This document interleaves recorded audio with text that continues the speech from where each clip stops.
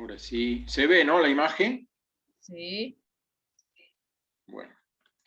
Bueno, chicos, hoy vamos a hablar de determinación de edad y sexo.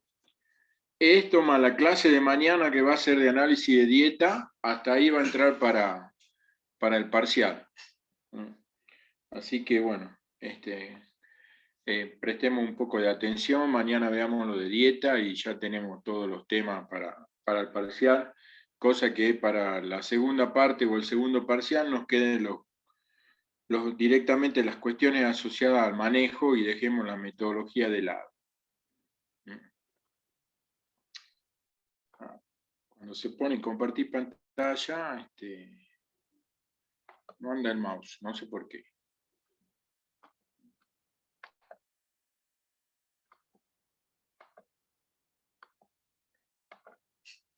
Entonces, como les había dicho la clase anterior, cuando estábamos hablando de los modelos de crecimiento poblacional, yo les comenté que la mayoría de las modelaciones que se empleaban para trabajar en manejo, ya sea en aprovechamiento, control o conservación, usaban modelos que estaban estructurados por edad y sexo, con lo cual poder determinar la edad y el sexo es muy importante para poder trabajar en manejo, ¿no?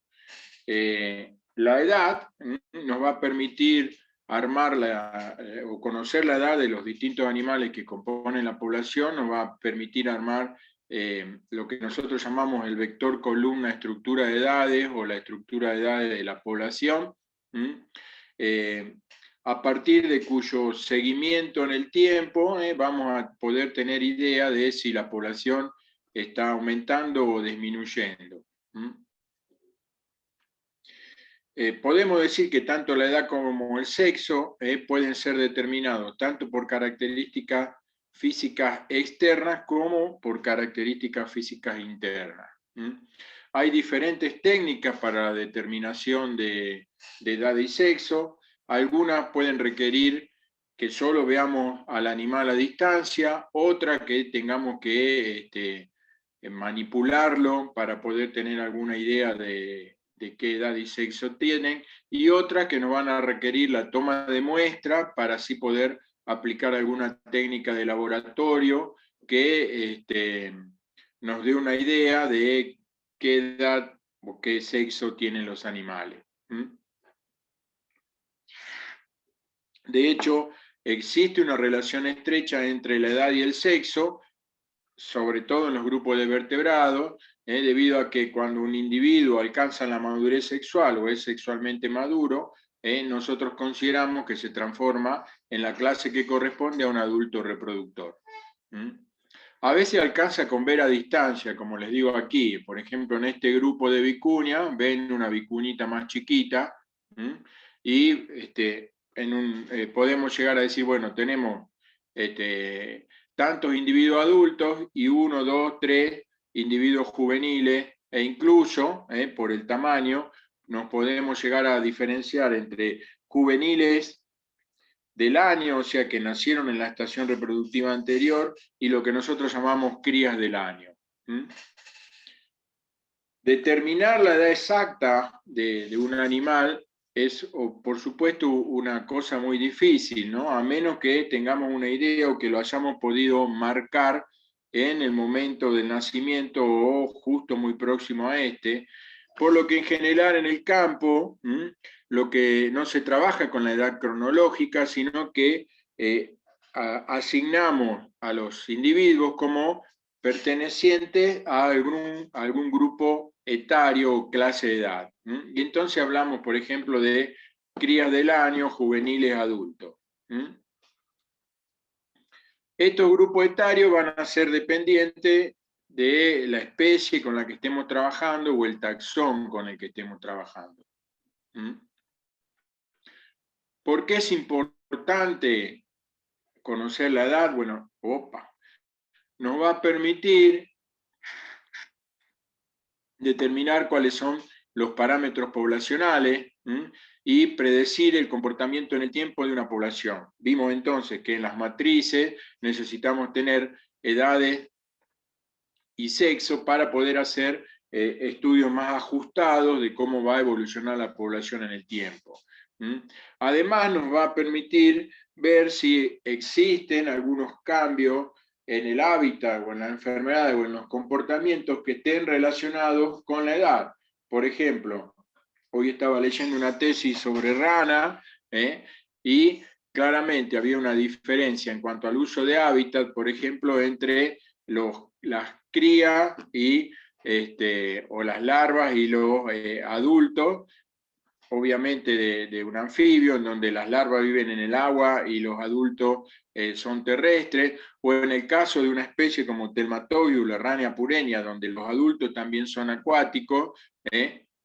Las larvas viven en pozos profundos y los adultos se esconden entre la vegetación o en huecos que pueda haber en los bordes de los arroyos. Entonces uno puede llegar a evidenciar diferentes hábitats y diferentes comportamientos en función de la edad. Y bueno, como les comentaba, conocer la edad nos va a permitir tomar decisiones de manejo. Por ejemplo, si estoy trabajando en un criadero, como vimos un ejemplo hablando de matrices, ¿qué pasa si yo empiezo a cosechar individuos de 3 años o si empiezo a cosechar individuos de 5 años? Entonces yo puedo ver cómo va a evolucionar la población en el tiempo en función de la edad. O si estoy haciendo un experimento de repoblamiento de una determinada zona, yo puedo jugar con qué me conviene poner, si juveniles o adultos o subadultos o adultos reproductores, y dentro de los adultos reproductores, qué tipo de adultos reproductores, porque no, los individuos en su adultez no todos tienen la misma tasa de reproducción. Generalmente vemos que en los vertebrados, las primeras edades adultas tienen menores tasas o menor número de crías por adulto que las tasas intermedias, y luego con la edad, a medida que avanzan hacia la senetud, ese número de crías, por ejemplo, disminuye por individuo, por edad.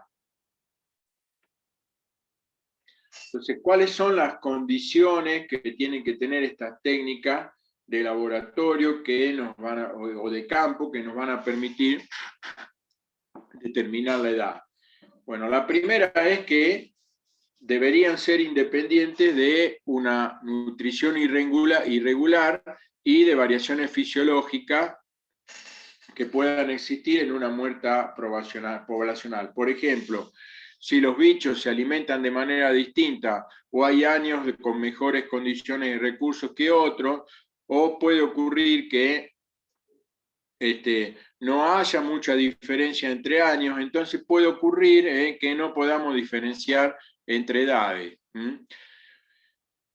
Suele pasar, por ejemplo, cuando trabajamos con anillos, como vamos a ver ahora, en escamas en peces. Si los peces están mal nutridos, puede haber reabsorción de escamas y por lo tanto pérdida de anillo de crecimiento. Vamos a ir a contar anillos para ver cuántos años tiene un determinado ejemplar, y resulta que hubo años malos y perdieron anillo, y le vamos a asignar una edad menor a la que corresponde. El segundo requisito es que se separen claramente las distintas clases de edad, sin que exista mucha subjetividad en esa separación. O sea, que yo pueda decir, contar anillos y decir, estos son individuos de 6 años, estos son individuos de 8 años, sin que entre en duda. Por ejemplo, es muy común que algunos, cuando ven una cascabel, cuenten los anillos y según el número de anillos te digan, tiene 6 años o tiene 8 años porque tiene 8 anillos. Con lo cual, esa apreciación suele estar errónea, porque no necesariamente, ustedes saben que el anillo se forma con la muda. Cuando muda y va perdiendo la muda hacia la parte trasera del cuerpo, la muda se enrosca, luego se endurece y me forma el anillo en la cola al desprenderse. Pero no necesariamente las cascabeles mudan todos los años, a veces puede mudar una vez cada 2 años, o a veces puede mudar 2 veces en el mismo año si las condiciones son favorables y el bicho come un montón. Con lo cual, contar anillo no necesariamente me implica que sepa la edad justa del animal con el que estoy trabajando. Otro requisito es que sirva para todas las edades de una especie y finalmente, el más importante quizá es que sea fácil de emplear. O sea, si es muy costoso, me lleva mucho tiempo o me va a limitar en mi tarea, puede ser que no me sirva.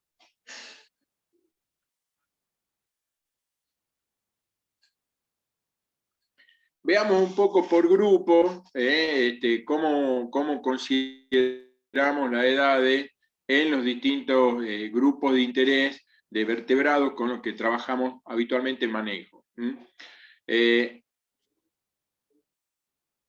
Podemos decir, ¿no?, que en los mamíferos podemos tener una edad prenatal, que es la edad del embrión antes de nacer, y una edad postnatal, que es la edad una vez que se produjo el nacimiento. Ahí puse incubación porque en las aves también es lo mismo, podemos hablar de una edad prenatal y postnatal en aves, según el huevo se haya eclosionado o no. Y dentro de esa edad postnatal podemos hablar de una clase anual, cuando nos referimos a la edad cronológica actual en años, o sea, cuántos años tienen. Por ejemplo, los individuos que nacieron en 2010 tienen 11 años de edad, y es la clase anual 2010. O podemos hablar de clase de edades cuando, en vez de referirnos a la edad cronológica exacta, estamos hablando a una etapa de desarrollo de un individuo. Y entonces podemos hablar de inmaduro o juvenil, o cría del año, o juvenil del año. Cría del año cuando nació en esa estación reproductiva, y juvenil del año, lo que en Estados Unidos con la bibliografía inglesa se suele llamar yearlings, son aquellos individuos juveniles que están transitando el primer año de vida, o sea, son crías nacidas en la estación anterior. Podemos hablar de individuos subadultos cuando aún no se han reproducido, pero empiezan a adoptar caracteres sexuales secundarios que los hacen parecerse un adulto, y podemos hablar de adultos cuando estamos considerando los individuos que tienen capacidad de reproducirse. Y dentro de los adultos podríamos hablar también de individuos seniles, que son los bichos más viejos dentro de la población.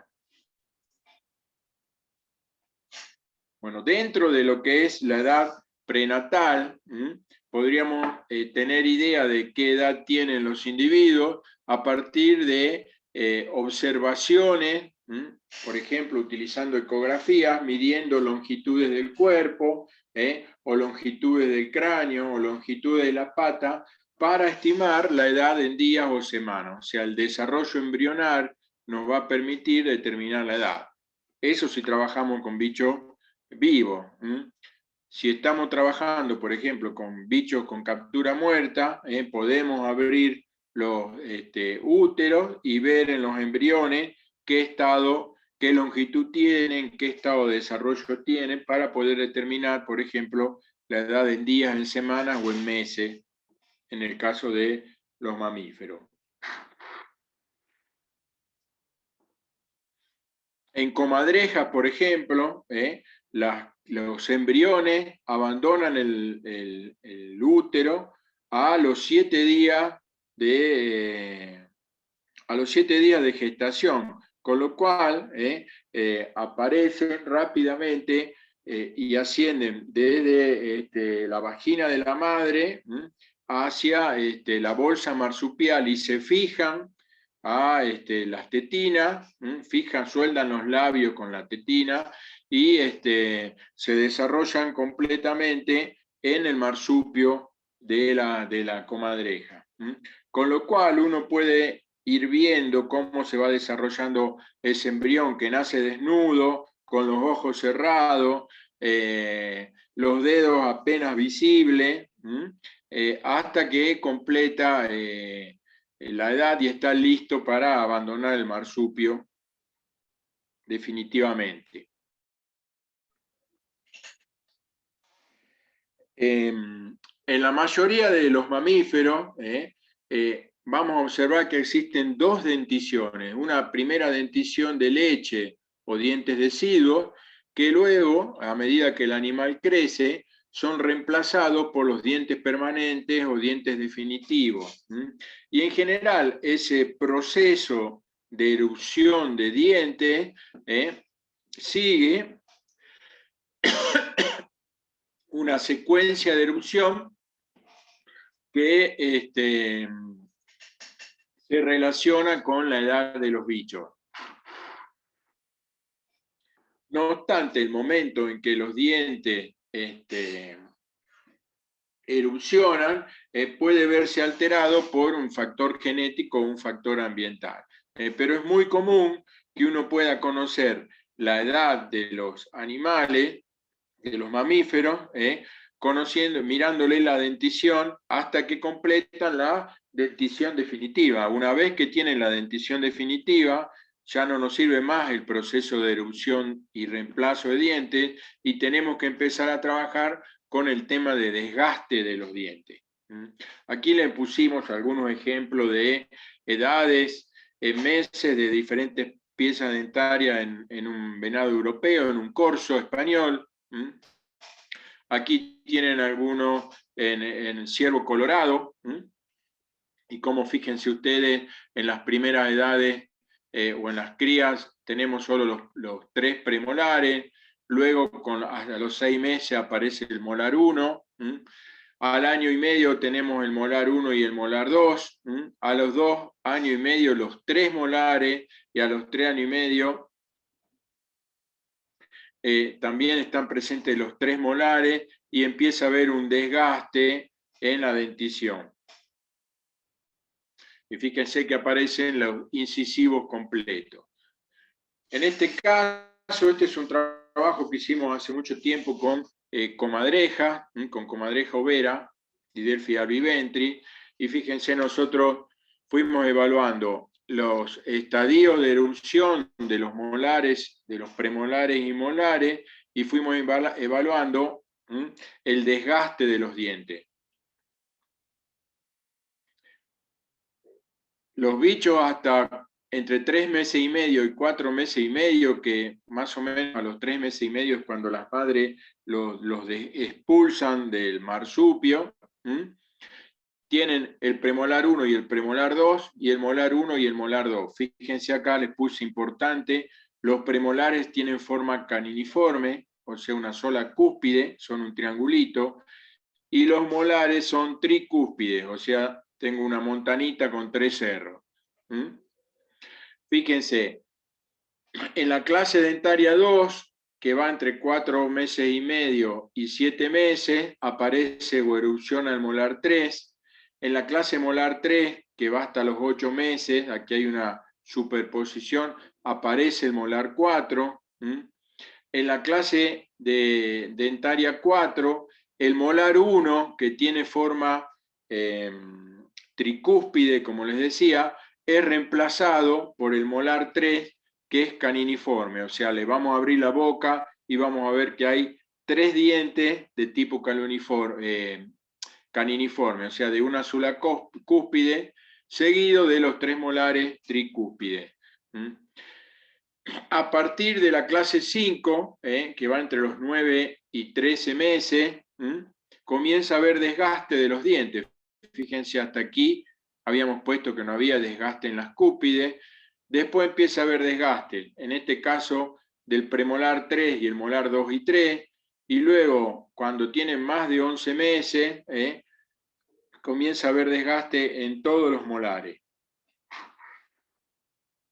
En comadrejas esto es importante porque en cautiverio, como comen alimento balanceado, los dientes suelen tienen menor desgaste. Hay toda una teoría que dice que los mamíferos marsupiales fueron desplazados por los mamíferos placentarios que ingresaron desde América del Norte, cuando se formó el Istmo de Panamá, porque los mamíferos placentarios tienen un mejor complejo enzimático y digieren mejor el alimento.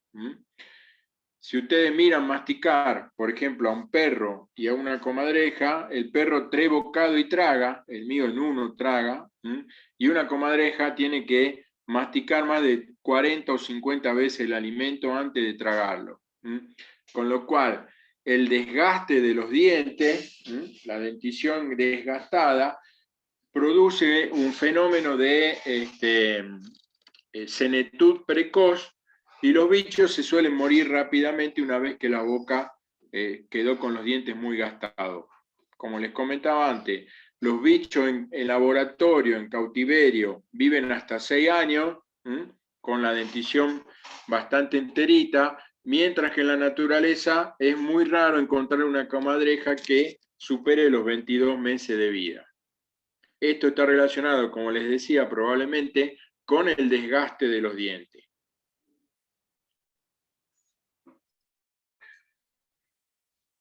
Otra cosa importante de los dientes, a colación de lo que les estoy diciendo, es que el tipo de alimento me puede estar condicionando el desgaste de los dientes. Entonces, dependiendo de cada zona, la misma especie puede tener o mayor desgaste, y hay que chequear siempre que esto no esté ocurriendo.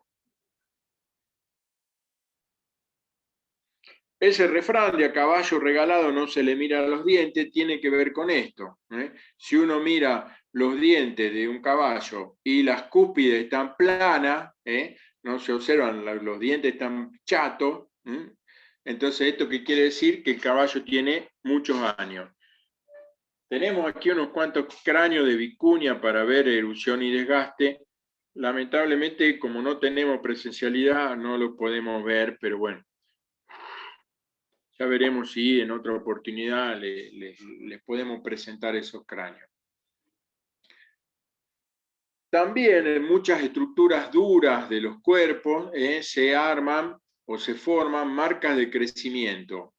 En los dientes esto también ocurre, hay marcas de crecimiento periódicas que tienen que ver con periodos de crecimiento favorable y periodos de crecimiento desfavorable o lento. Esto ocurre tanto en todo el diente como en el cemento, como en la dentina.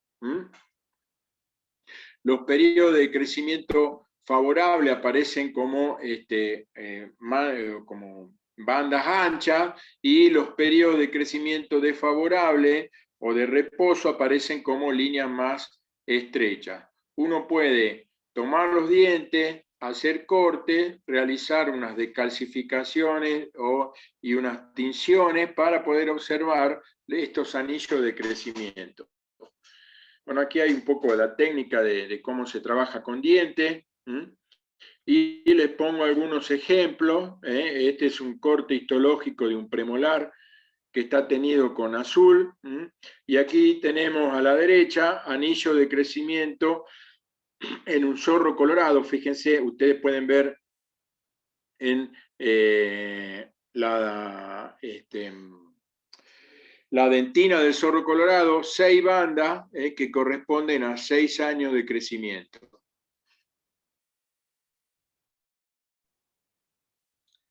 Estos son cortes de guasunchos y de pecarí, de ungulado, y otra vez pueden ver nuevamente cómo existen bandas de crecimiento en la dentina de los dientes. Algunas piezas dentarias también me van a marcar distintos anillos de crecimiento a medida que los dientes crecen. Estos son caninos de distintas especies de fósidos, de foca y pinípedo. Aquí tenemos el A, es el lobo marino de 2 pelos, Astrocephalus gacela. El B es el lobo marino de 1 pelo. No, perdón, este es el de 1 pelo y este de 2 pelos. Otaria vironia es el león marino, es que está ahí en la estatua de la Rambla en Mar del Plata. Aquí tienen anillos de crecimiento en el D y E y el F, que corresponden a Mironga leonina, que es el elefante marino. Este G corresponde a una foca de Weddell. Este corresponde a una foca, esta la Leptoni era, no me acuerdo cuál, una era de Weddell y la otra no me acuerdo, se las debo, y esta es la foca cangrejera.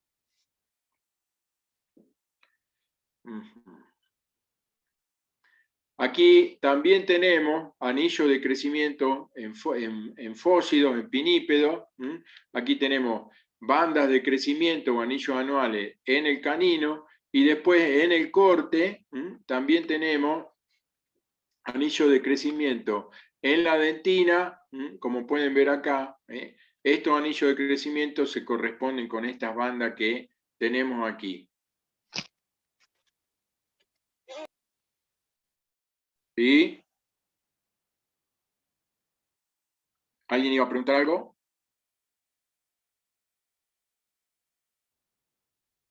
Y aquí tenemos anillo de crecimiento, este es de una foca cangrejera. Ya me acordé cuál era. Esta la cangrejera, y la otra que no me acordaba el nombre era la foca leopardo, perdón. Aquí tenemos anillo de crecimiento en la dentina, que son menos visibles, y anillo de crecimiento en el cemento. Tanto en la dentina como en el cemento podemos observar anillo de crecimiento.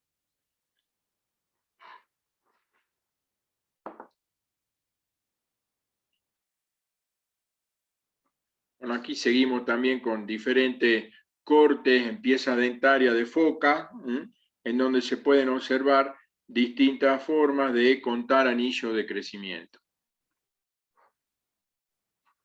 Como les decía antes, la erupción para determinar edad me sirve hasta que los mamíferos alcanzan la dentición adulta o la dentición definitiva. A partir de alcanzar esa dentición definitiva, tenemos que empezar a trabajar con el patrón de desgaste de las cúspides de los dientes. Como les comentaba antes, ese patrón de desgaste va a depender del ambiente en donde estén. Por ejemplo, si la vegetación tiene paredes celulares más ricas en sílice, los dientes se van a gastar más rápido. Entonces uno tiene que tener en cuenta esas cosas. Pero ustedes pueden ver, aquí tenemos el ciervo colorado, desde los 4 a los 13 años de edad, distintas fotos. Y fíjense ustedes, estas son las cúspides de los bichos más nuevos. Y acá como están gastadas las cúspides en los bichos de mayor edad.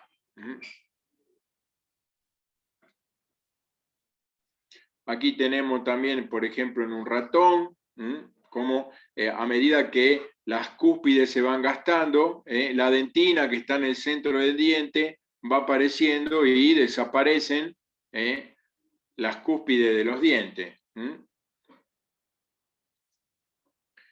Y aquí dice, este es un ejemplo de contradicción. ¿Por qué? Porque por el desgaste uno podría asignar al bicho a una determinada edad, pero yo les dije la erupción podía depender de una cuestión fisiológica del bicho. Al bicho recién le está saliendo un diente de leche, un diente definitivo que tendría que haber aparecido al año de vida y le está saliendo más tarde. Es común, todavía hay mucha gente adulta de 20, 20 y pico de años que todavía le siguen con dentición de leche y no le terminan de salir los dientes definitivos, o sea que es algo que puede ocurrir.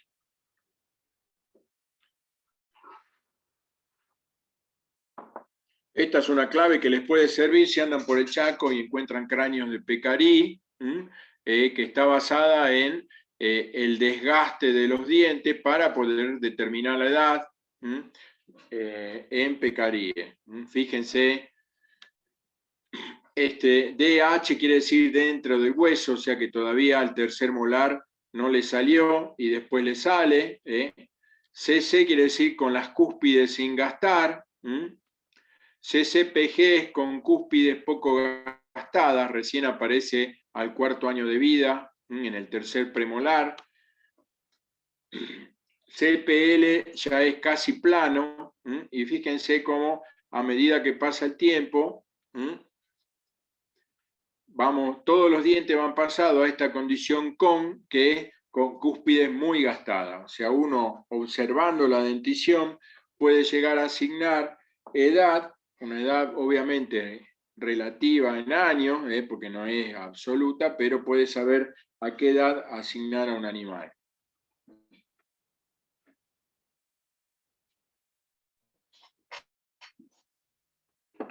Déjenme servarme un mate.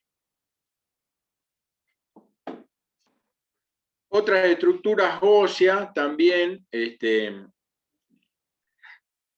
marcan anillos de crecimiento, y hay otras que muestran un crecimiento progresivo desde que los bichos nacen hasta que los bichos mueren. Por ejemplo, en algunas especies de cabras se forman anillos en las cornamentas, así como vimos anillos en los dientes. Entonces, a medida que el bicho se va haciendo más grande, se van formando anillos desde la base, y uno puede llegar a conocer la edad del animal.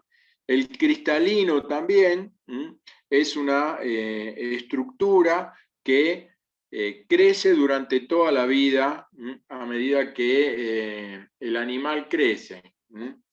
Obviamente, para poder determinar la edad usando los cristalinos, tenemos que sacrificar al animal o dejarlo tuerto, no hay otra, sacar el cristalino y pesarlo, y uno poder correlacionar los pesos de los cristalinos con la edad de los bichos. Aquí hay un ejemplo en vizcacha. Nosotros lo hicimos también trabajando con coipo, a partir de las capturas de los cazadores comerciales que nos pesaban los bichos, nos guardaban los cristalinos, y correlacionábamos el peso del cristalino con la erupción y el desgaste de diente para tener dos estimaciones de edad diferentes. En muchas especies de zorros y de cánidos en general van a encontrar muchos trabajos hechos a partir del peso del cristalino. Si uno grafica el peso del cristalino, la frecuencia de los distintos pesos del cristalino, va a obtener distribuciones de frecuencia en donde se van marcando modas. Esas modas en los pesos me están indicando distintas edades. Ya se lo voy a explicar ahora en un ratito cuando veamos en peces con las tallas. La idea es más o menos similar a la de los peces. Bueno, obviamente algunas especies tienen pelajes diferenciales entre cría y adultos. Hay otras especies, por ejemplo en el pudú o en las corzuelas, en donde las astas no se pierden, y por lo tanto el tamaño del asta puedo correlacionarlo con la edad de los bichos. Y aquí tenemos el ejemplito para el pudú pudú, un ciervito de la Patagonia. Otras estructuras óseas también tienen anillos, tienen cierres de las epífisis, o sea, a medida que los huesos largos se van osificando, las epífisis se van cerrando. Lo mismo pasa con el cráneo, y uno puede llegar a determinar la edad o la madurez sexual de un determinado individuo. En algunas especies de mamíferos, el pene contiene un hueso que se llama baculum. Ese baculum también tiene anillos de crecimiento, y la longitud puede estar relacionada con la edad. En otras especies se han relacionado las medidas del cráneo o las medidas de las extremidades con la edad. Por ejemplo, en murciélagos nosotros estábamos trabajando, cuando trabajábamos con murciélagos, medíamos la edad de la longitud del antebrazo, y si uno hace un histograma de frecuencia de longitud de antebrazo, va a encontrar clases modales que nos van a permitir reconocer distintos pulsos reproductivos, o sea, clases modales decrecientes. Los bichos más viejos tienen los brazos más grandes, pero son menos, y por lo tanto las clases modales van a ser decrecientes, y eso puede servir para poder determinar la edad. Con respecto al sexo, en muchas de las especies, la determinación del sexo está dado por el dimorfismo sexual o por caracteres morfológicos y fisiológicos secundarios o sexuales que nos van a permitir diferenciar machos de hembra. Por ejemplo, en los cérvidos los machos tienen cornamentas, las hembras no. En el yaguareté los machos son más robustos y las hembras más estilizadas. Por ejemplo, en esta foto que tomamos en el yacimiento Ramos hace ya unos cuantos años, ¿cuál les parece que es el macho y cuál la hembra? Uno que responda. ¿El del camino es el macho? Correcto, el de la izquierda, si ustedes lo miran, es más cabezón, es más corpulento, más robusto, tiene las patas más grandes, y la hembra es mucho más estilizada. En otras especies es posible que a la distancia uno pueda verle el escroto o el pene, que nos permita diferenciar si se trata de un macho o una hembra. En mamíferos más pequeños, o micromamíferos, o mesomamíferos también, micro hasta 300 gramos, meso hasta 1 kilo, de ahí para 1 o 2 kilos. La posición relativa de los orificios genital y anal también es importante. Fíjense ustedes aquí, en el macho, el orificio sexual está separado, mucho más separado del orificio anal que en la hembra. Aquí tenemos 2 murciélaguitos. ¿Cuál es el macho y cuál es la hembra? A ver ahí si saben. De la derecha, macho. No, el de la izquierda es el macho. No, sí, el de la derecha. Si ustedes miran, el de la derecha es el macho, hay más separación que aquí, la hembra aquí es más grande. La hembra puede presentar, tanto en ratones como en murciélagos, puede presentar una vulva prominente. Uno, si no conoce, lo mira y dice, es un macho, pero en realidad es una hembra. Fíjense, siempre el macho hay una distancia mayor entre ambos orificios.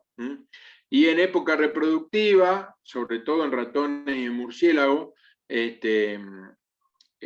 los testículos descienden al escroto. Fuera de la época reproductiva, como está en este bicho que no está en época reproductiva, no se observan los testículos. Cuando está en época reproductiva, los testículos aparecen. Cuando vayamos al campo y agarremos ratones, nos vamos a dar cuenta de eso.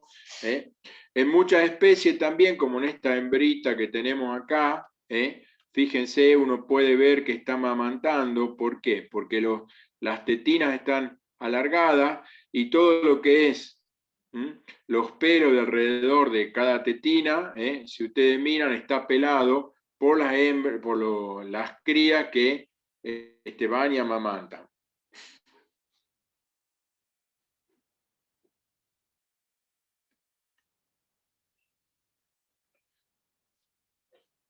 Bueno, obviamente, como les comentaba antes, en las especies que tienen baculum, uno puede reconocer que es un macho por la presencia del baculum, y como les había comentado hace un ratito, la posición de los testículos, si están intraabdominales o escrotales, me va a estar indicando si los machos están en época reproductiva o han pasado la misma.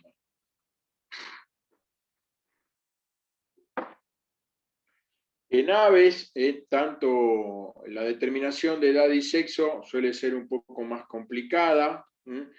Para la determinación de edad, muchas especies presentan plumajes diferentes si se tratan de crías o de adultos. Ahí, por ejemplo, tenemos algunos cardenales en donde el adulto tiene la cresta roja bien desarrollada y el macho tiene una con un color más marrón y menos desarrollada. En las guayatas que tenemos ahí, obviamente los pichones son reconocibles. En aves en general podemos decir que los individuos pasan por 4 etapas de desarrollo, o 4 clases etarias o 4 clases de edades. El pochuelo o pichón, que son los recién nacidos que tienen plumones y que están apenas comienzan a desarrollar las plumas. El juvenil, que es la etapa en que comienzan a desarrollar las primeras plumas y los primeros intentos de vuelo. Los individuos inmaduros o adultos, que son aquellos que aún no se reproducen, pero comienzan a tener un plumaje similar al bicho adulto. Y finalmente el plumaje del adulto completo, que me está indicando que es un individuo reproductor que ya es adulto. Aquí tenemos un águila coronada adulta, pero fíjense los 4 estadios: el pichón, el juvenil, el subadulto y finalmente el adulto.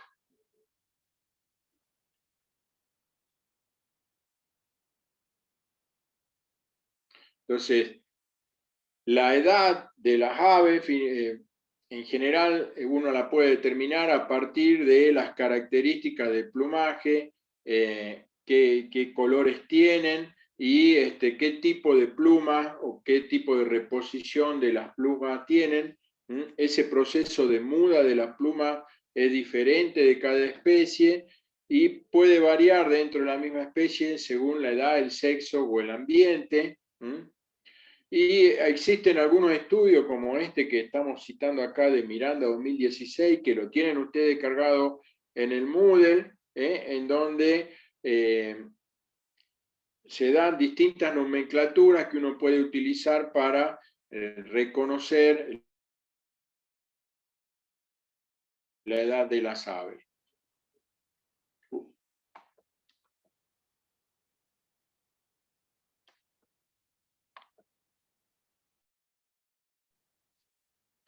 Bueno, en el caso de los huevos, uno puede analizar el desarrollo,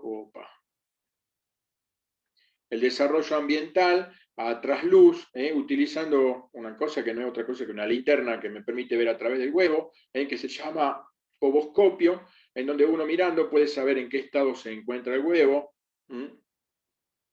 Hay algunas especies, por ejemplo, en flamencos, en parinas, nosotros tenemos algunas tablas de desarrollo de huevos, en donde dependiendo del color y si se observan núcleos o no, uno puede llegar a saber cuántos días de incubación tiene el huevo. La forma en que las plumas aparecen y se van reemplazando también me pueden estar dando una idea de la edad. Aquí hay una topología de los nombres de las plumas del ala. ¿Por qué se las doy? Porque en algunas especies, uno mirando el tipo de plumaje puede saber si se trata de un individuo juvenil o un individuo adulto. Fíjense aquí, para un pavo, cómo cambia el patrón de manchas de las plumas, dependiendo sea si son plumas primarias o plumas de un adulto. Aquí, siguiendo con el mismo zorzal de las transparencias anteriores, vamos viendo cómo se va produciendo un reemplazo del plumaje y un cambio en el color del plumaje y un desgaste del plumaje. Ese trabajo de Ortiz también lo tienen para leer.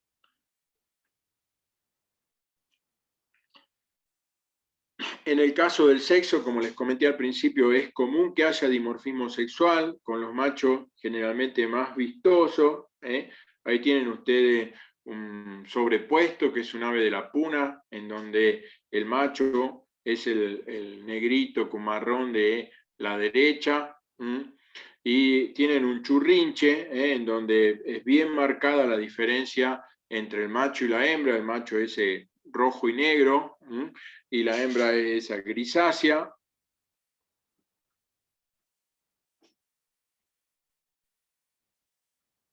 En otras especies es difícil poder reconocer el sexo y entonces uno tiene que recurrir a un análisis de ADN. En algunas especies, como les decía, las longitudes de las plumas entre macho y hembra y los patrones de mancha pueden cambiar. Aquí tiene un ejemplo con una perdida americana. Con respecto al sexo, el pene del macho está en la cloaca, está en la parte anterior en los juveniles y a la izquierda en los adultos.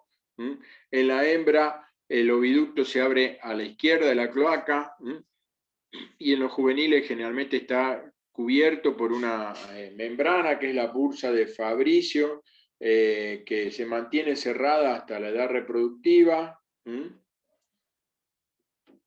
Es toda una técnica poder reconocer el sexo, y de hecho hay toda una especialidad. Por ejemplo, en criaderos de pollo, hay una persona encargada de clasificar pollito bebé, macho y hembra, algo bastante complicado. Yo siempre suelo contar que Joan Manuel Serrat siempre cuenta que él laburaba de eso antes de empezar a ser cantautor.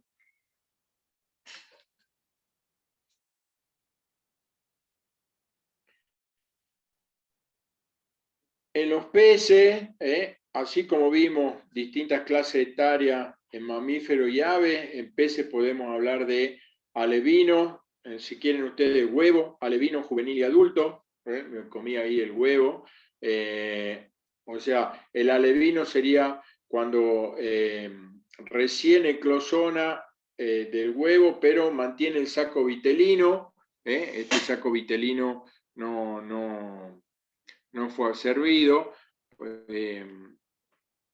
se llama alevino o larva, sería este que está aquí en el punto K, luego de una eclosión. Juvenil es cuando ya pierde el saco vitelino, y pero todavía no alcanzó la madurez sexual, y adulto sería el individuo que es reproductor. Con respecto al desarrollo ambiental, la presencia de ojo nos da un indicativo de los meses, dependiendo de la especie, de los meses, perdón, de los días de incubación que tienen los peces. En general, en los peces, más que días de puesta, uno tiene que ver la temperatura acumulada de incubación. Entonces, dependiendo de la temperatura, los bichos van a desarrollarse más o menos rápidamente, e incluso dependiendo de la temperatura, van a ser machos o hembras, o sea, el sexo depende de la temperatura o de las horas de temperatura acumulada. Por ejemplo, en el dique Campo Alegre, si uno va a muestrear, va a encontrar que tiene una proporción de 90 o 95% de machos a hembra. ¿Por qué? Porque el agua es muy fría, el dique es muy profundo, y con agua fría nacen más machos que hembra, por una cuestión de que se requiere temperaturas cálidas para tener mayor cantidad de hembras.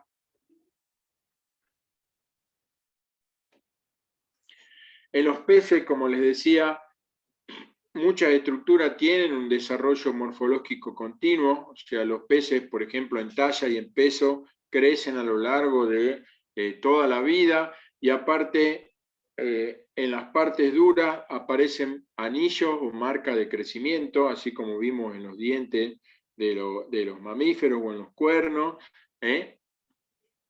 Estos anillos de crecimiento, las estructuras más comunes son las escamas, los huesos, las espinas y los otolitos, al igual que vimos antes, en los periodos de crecimiento rápido se forman bandas anchas, en los periodos de crecimiento lento se forman bandas compactas, y hay que tener cuidado porque en zonas templadas, donde en zonas tropicales donde el clima es relativamente constante a lo largo del año, las bandas de crecimiento no se forman o no se corresponden con invierno y verano, con las estaciones favorables y desfavorables del año.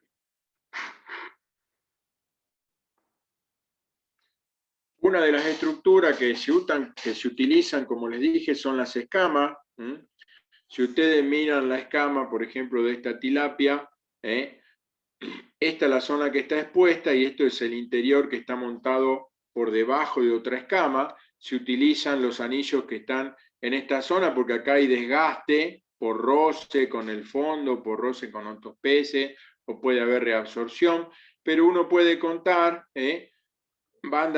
cada banda en realidad está formada por un montón de anillitos que se llaman anuli, que se llaman círculi, perdón, y entonces uno puede encontrar anulus con banda con círculo separado y anulus con círculos compactos y nuevamente separado y compacto. Si yo contara acá, este sería un bicho de 1 o 2 años y un poquito más. La ventaja de las escamas es que uno puede extraerlos del bicho, no necesita mucha escama, con que obtenga entre 5 y 10 escamas suficientes, con lo cual no hay que sacrificar al animal. El área para extraer las escamas es por detrás de la línea del opérculo y por encima de la línea lateral, que son las zonas donde las escamas son más grandes y tienen menos desgaste. Las escamas no requieren una preparación especial, alcanza con lavarlas, guardarlas en un sobre, y después en laboratorio las puedo volver a hidratar, y mirar con un portaobjeto en una lupa. Si hace falta las puedo teñir con alguna tintura especial, por ejemplo azul de metileno, y ver y contar las escamas. Si van alguna vez a pescar, por ejemplo, un dorado, un sábalo, pueden sacar las escamas, la limpian un poco y la miran al trasluz y van a ver que se pueden cortar los anillos de crecimiento. Uno puede relacionar los anillos de crecimiento con las distintas longitudes de los peces y asignar esas longitudes a una determinada edad. Aquí, por ejemplo,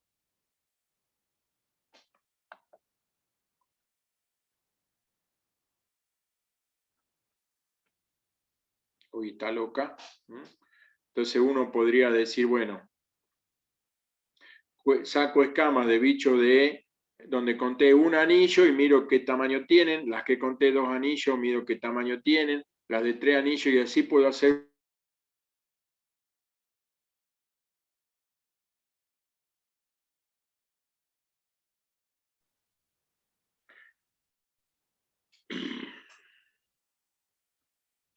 otra estructura que me marca anillo de crecimiento son los otolitos. Los otolitos son unos depósitos de carbonato de calcio que los peces tienen en el oído medio, y que son los mismos, tienen la misma función que nuestro yunque y estribo para poder captar sonido. Hay 3 pares de otonitos, Lapillus, asterisco y sagita.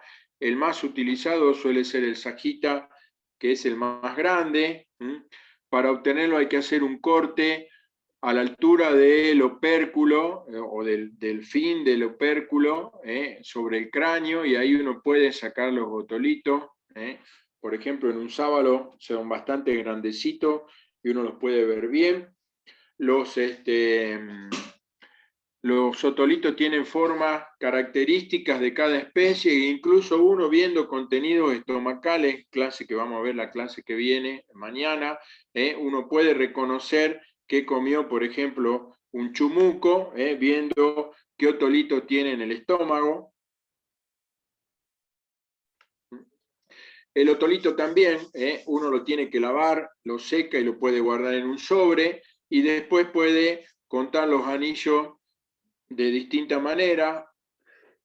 Si los otolitos son grandes, con pasarlos sobre la llama de una vela o de un mechero, uno puede llegar a contar los otolitos. En otros casos, uno puede lijarlo sobre una lija de agua, de esas que usan los chapistas, o puede colocarlos, descalcificarlo y después teñirlo, y también contar anillos de crecimiento. Hay todo un debate, generalmente lo que uno recomienda, o lo que se recomienda es que se determine la edad por más de una técnica de esta de contar anillo, porque puede ocurrir que uno, contando escamas, le dé una edad y contando otolitos o anillos en otolito, le dé otra. Con lo cual, nuestro modelo de dinámica poblacional, si tenemos edades diferentes, nos complica. Yo siempre cuento la historia del sábalo. Ustedes saben, en el año 2008 se decretó una veda de sábalo en todo el Paraná porque se había pasado de pescar 15.000 toneladas por año a 40.000 toneladas por año. Entonces decidieron vedar el río por 3 años y comenzar toda una serie de estudios a partir de gente que trabajaba en todo el país, me incluyo, que se creó una comisión de sábalo donde estuvimos trabajando mucho tiempo, y había todo un debate porque quienes contaban anillos de crecimiento en escamas decían que los sábalos se incorporaban a la pesquería del Paraná, o sea, eran recién capturados por las redes cuando tenían 2 años y medio de vida, mientras que los que contaban anillos en otolito decían que los sábalos se incorporaban a la pesquería cuando tenían 10 años de vida. Con lo cual esa diferencia me modificaba todas las ecuaciones de manejo pesquero, que están todas estructuradas por edades.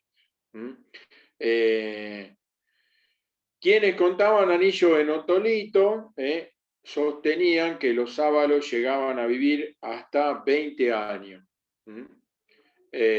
Quienes contaban anillos en escama decían que podían vivir hasta 8 años.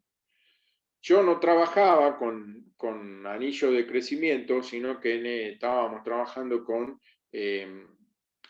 estructura de tallas de los sábalos. Ahora vamos a ver el método.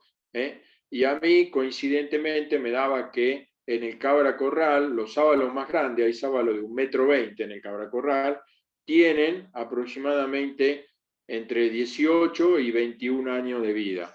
Con lo cual, estaba más cerca de quien contaba en otolitos que quien contaba con escamas. Hasta el día de hoy el debate no se solucionó, y los que están contando en escama ahora están probando a ver si cuentan lo mismo en otolito, y quienes cuentan en otolito están probando a ver si cuentan lo mismo en las escamas. Otras estructuras duras del cuerpo de los peces, como por ejemplo el opérculo, o las chuzas de los bagres, o de las rayas, los que están en la cola de las rayas, también marcan anillos de crecimiento. Uno las puede sacar, limpiar y decalcificar si hace falta, o hacer un corte y contar anillos de crecimiento. Por ejemplo, en los dentudos, la tararira, si uno guardara el opérculo, lo limpiara, podría contar anillo de crecimiento. Por aquí tenemos unas cuantas unas cuantas espinas de chuza, de surubí, y también se pueden contar en ellos anillos de crecimiento. Bueno, este era el método que usábamos nosotros, que era estructura de talla. A ver, si la reproducción se produce por pulso, en determinado momento del año, uno puede pensar que, sobre todo en especies de clima templado, como tenemos aquí, el crecimiento me va a estar dando también tallas que uno las va a poder diferenciar por pulso. Entonces, uno puede reconocer una distribución de clases, si ustedes miran acá, de clases modales diferentes. En este caso, los sábalos de un año tienen aproximadamente 20 centímetros, los de 2 años tienen aproximadamente 40 centímetros, los de 3 andan en 480, los de 5 andan en 540. Uno puede llegar a reconocer distintas clases modales y asociar esas clases modales a pulso reproductivo. En este caso, para el tunal, me daba bichos de hasta 4 años de edad. Volviendo para atrás, ¿se acuerdan lo que le dije de los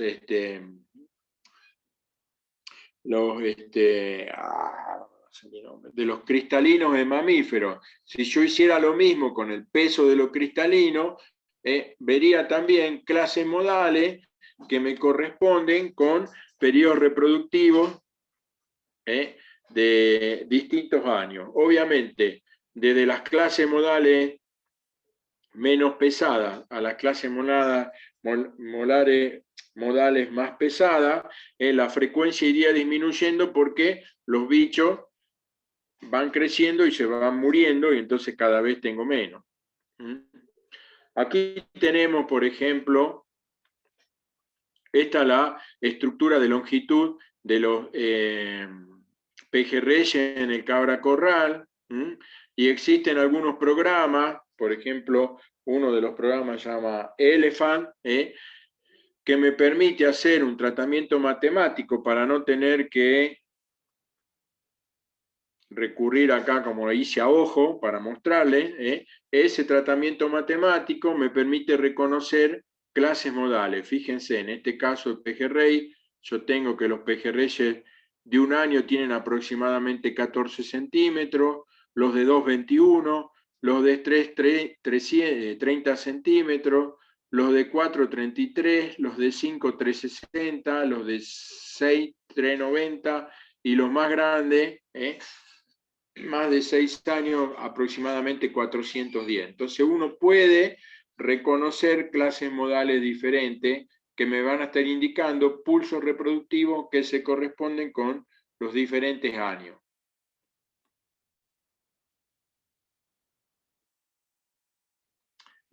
En anfibios y en reptiles, la determinación de edad y el sexo también puede resultar complicada. Obviamente, en anfibios, esa metamorfosis que ocurre desde el huevo hasta que aparece el individuo adulto, me va a permitir reconocer diferentes estadios larvales, y con lo cual yo puedo asociar esos estadios larvales a las edades. Entonces, a medida que van apareciendo, por ejemplo, las extremidades o se va reabsorbiendo la cola, uno puede saber qué edad tienen los bichos. En el caso del sexo, algunos adultos o muchas especies en los adultos presentan estructuras particulares que nos permiten reconocer edad. Sexo. Por ejemplo, algunas especies, por ejemplo, Rhinella, el bufo, el que antes era el bufo, el sapo común, tiene callosidades reproductivas que le permiten afirmarse en el abrazo sexual en la zona del antebrazo y en la zona del pecho.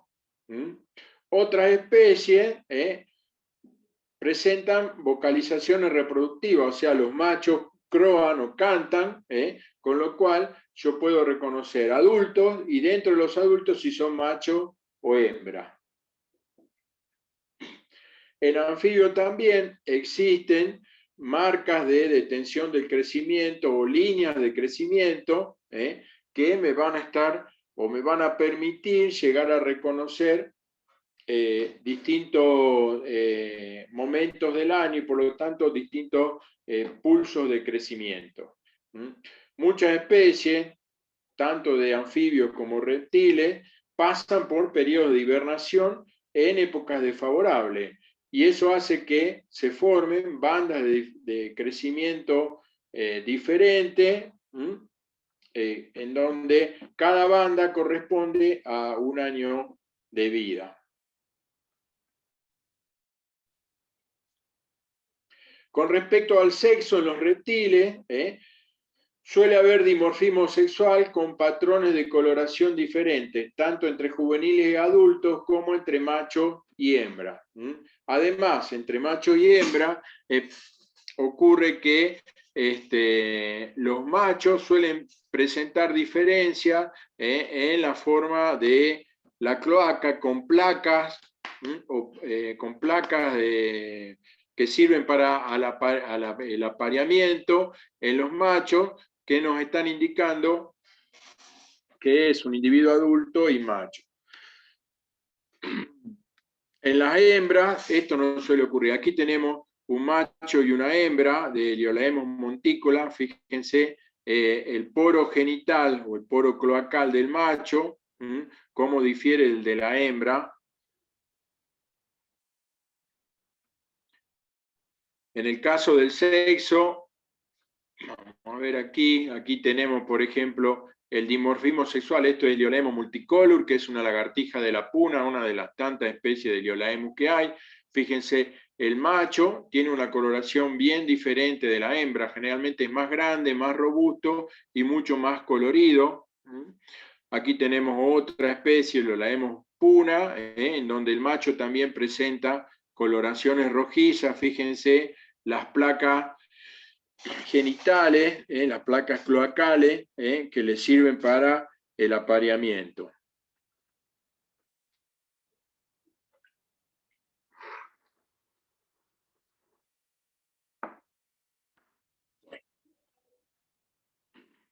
Como dice acá, en muchas especies de ofidios, sobre todo en serpientes, las hembras suelen ser más grandes que los machos, y los machos suelen tener la zona próxima al orificio anal más engrosado, porque es donde se encuentran los hemipenes. De hecho, si uno captura al animal y lo da vuelta, puede abrir la cloaca y observar o tantear la presencia de estos hemipenes.